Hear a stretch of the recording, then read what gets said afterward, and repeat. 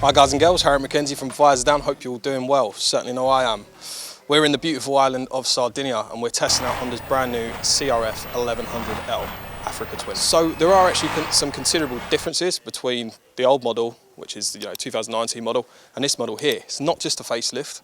There are a lot of stuff going on. There's a lot of stuff going on underneath the surface, which include obviously the reworked engine, reworked cylinder head, new exhaust profile, valve timing's been modified. It keeps the 270-degree DNA sort of parallel twin engine, but it's been upped.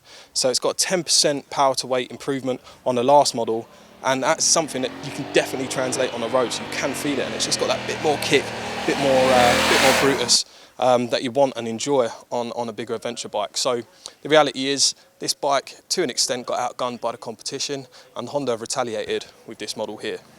So obviously a big change is the engine, and it's not just been rebored and whatnot. It's had cylinder head work, but also the stroke's been changed slightly, and the profile of the exhaust system's manifold's been changed, and it also has an exhaust control valve. So when you're razzing along, you get little pops and farts from it, which is pretty cool. And honestly, the rumble is nice, and that's what the exhaust control valve's for. It's for sound, but also to increase performance at high and low RPMs. And I quite like it.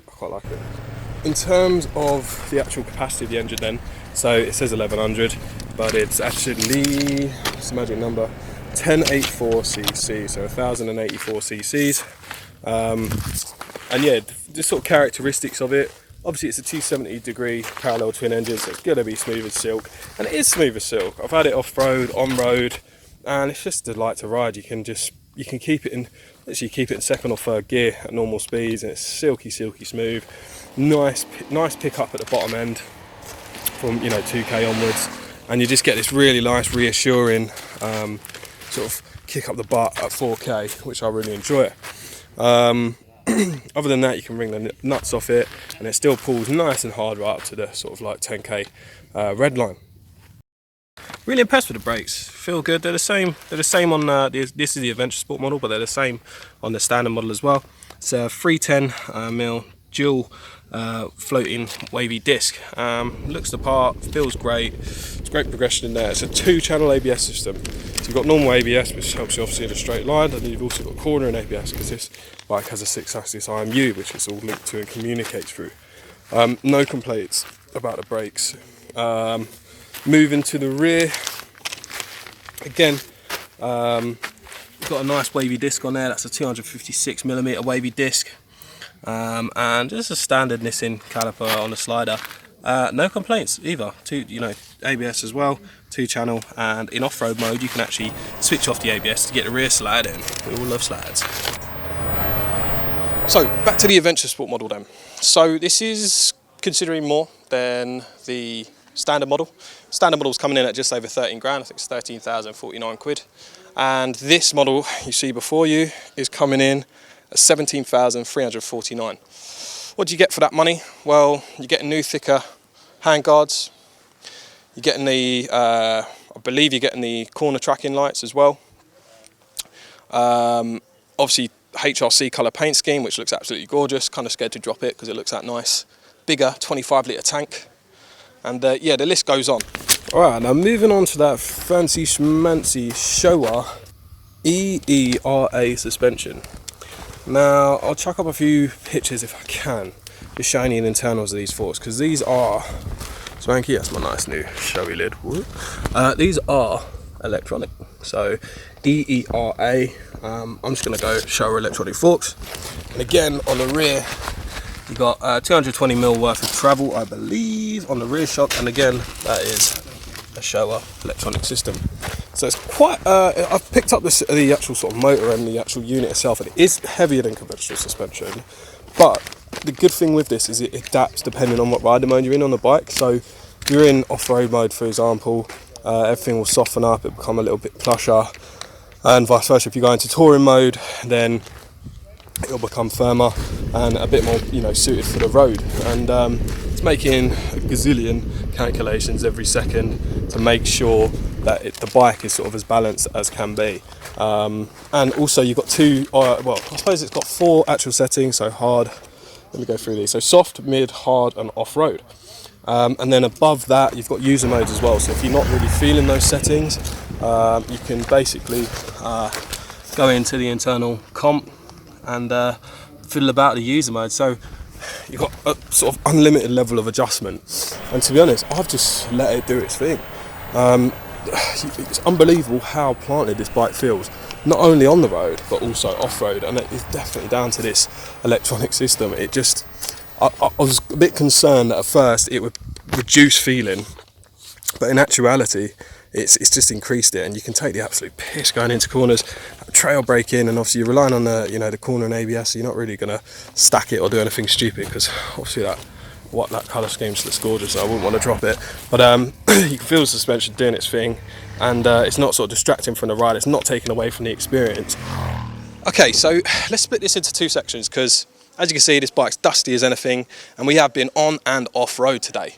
And in terms of the on-road handling, it's just a delight.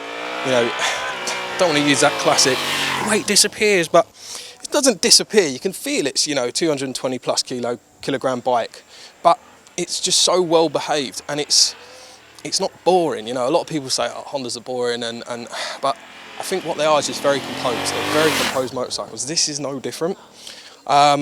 You can get a bit silly, you can trail brake deep in, it's got the corner and ABS, you can rely on those sort of electronics and that 6-axis IMU, which we'll get to in a second.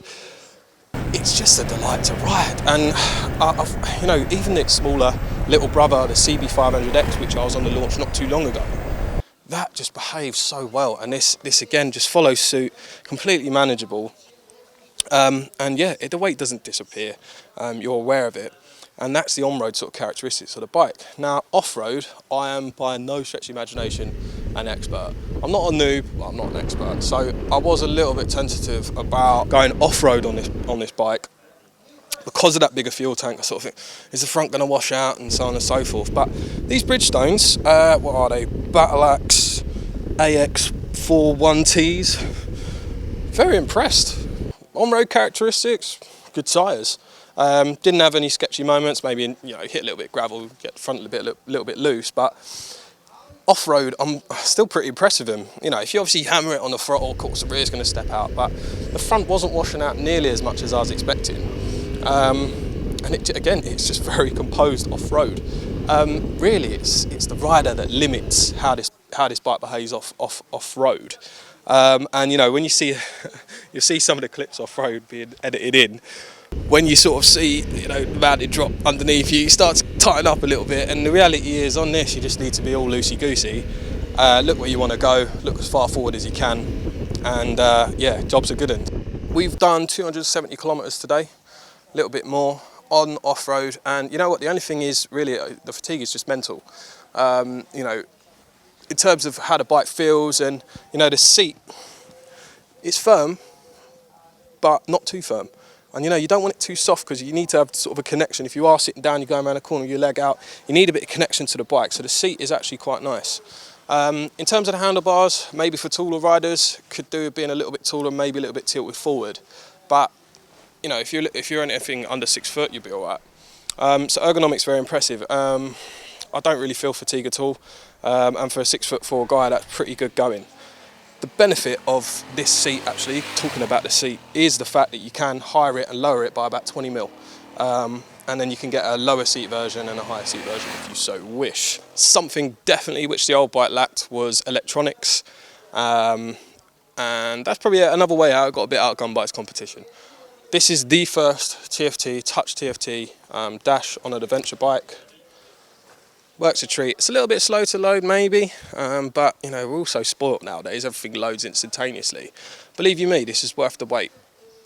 There's an abundant amount of modification you can make. It does take a little bit of time to get used to the system, but so long as you're not a technophobe, you'll be all right. 7 levels of Honda traction control, wheelie control, adjustable on the fly, different modes. You can adjust the preload here, so if it goes blue, so you've got, that's for baggage and that's for an extra passenger. There's just so many settings, and obviously if you're on the DCT, not obviously because I just found this out today, if you're on the DCT model as well, you can get the G switch, which kind of acts like, with that, I don't know, it was a clutch, it's a parking switch, it's like letting out the clutch suddenly, so you can sort of pop it if you're off-road. That works particularly well off-road actually. So you back out of that, and then you've got your different riding modes as well. So you've got Tour, flick past Urban, sort of basic, Gravel, and you can see how all these modes change. So these are kind of presets. And then you've got Gravel, which is, you know, off-road. So you've got, interestingly enough, all the blue bars means the lowest amount of power. I know it's a bit counterintuitive, so maybe that's something that could be adjusted. You've got your traction level, or torque control level, I should say, sorry Honda. Off-road level, and then your user modes. So you've got 2 user modes in there as well. Insane amount of technology packed into this bike. With the electronic suspension, the 6-axis IMU, corner and ABS, you couldn't really ask for much more. And it's not kind of like information overload. Again, maybe on the fly, this massively complicated switchgear could be a little bit simplified. I found myself, you know, having to look down a little bit, but that's probably because I'm new to the bike. I reckon spending, you know, a month or 2 with it, and you'll be right on that straight away.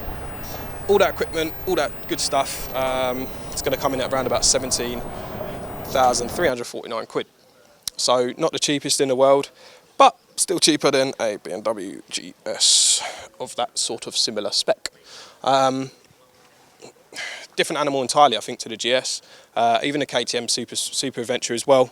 I think it's a different animal. It's slightly down on power, but the sort of progressiveness of the power, I just enjoy so much. That parallel motor is just epic fun and super predictable.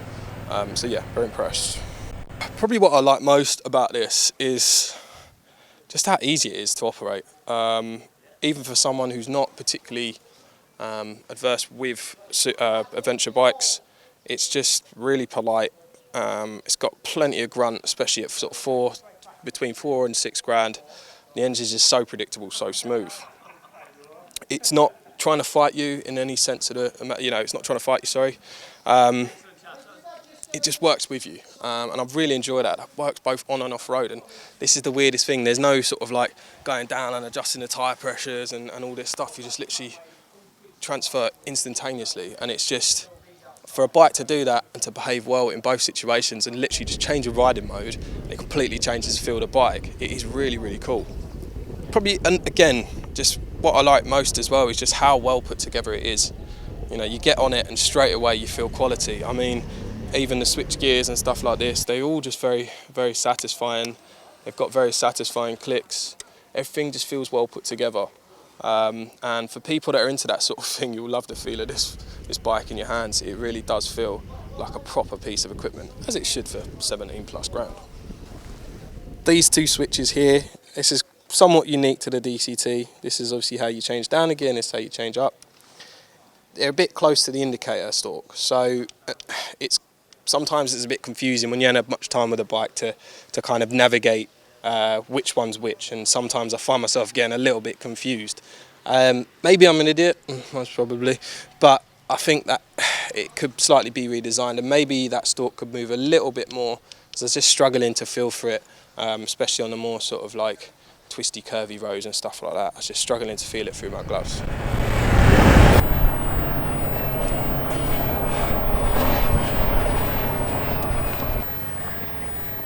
It is a whole new motorcycle. It feels like a new motorcycle. It looks similar to the old Africa Twin, but there are just vast improvements.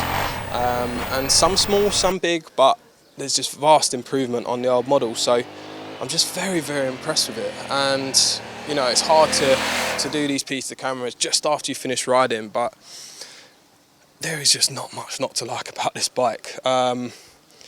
And apart from the little niggly issues, which you know you get used to in time, it's definitely one that's should be on people's radar. Best bet is just test ride one. Don't take my word for it. You know, they're going to be coming into dealers soon. There's some wicked PCP deals on them as well. Just test ride one. See how you feel. See how it reacts to how you ride.